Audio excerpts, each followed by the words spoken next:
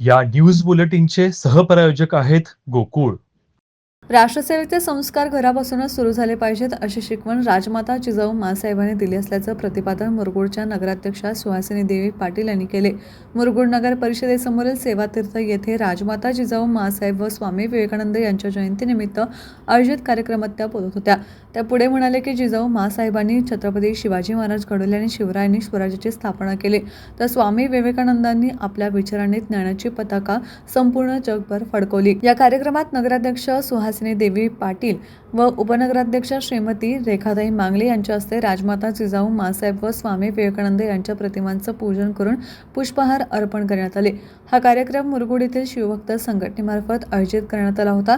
स्वागत शिवभक्त सर्जेराव भाट यांनी केले, तर प्रास्ताविक मुरगुड पत्रकार संघाचे अध्यक्ष रवींद्र शिंदे यांनी केले. आभार हाजी धोंडीराम मकानदार यांनी मानले. कार्यक्रमास नगर परिषदेचे मुख्य कार्यकारी अधिकारी वाळुंज, नगरसेवक सुहास खराडे, शिवाजीराव चौगुले, सुनील रणवरे, सुनील मंडलिक, सत्यजित पाटील, जगन्नाथ पुजारी, राहुल शिंदे, रणजित भारमल, दीपक शिंदे, राजू कांबळे, VR भोसले, संतोष भोसले, सिकंदर जमादार, तानाजी भराडे, जगदीश गुरव, महादेव वागणेकर, शिवाजी चौगुले, विशाल कापडे, संकेत भोसले, प्रकाश पारिशवाड यांच्यासह अनेक प्रतिष्ठित नागरिक व शिवप्रेमी युवक मोठ्या संख्येने उपस्थित होते. TV नेक्स्ट माझ्यासाठी मुरगुडहून सर्जेराव भाट.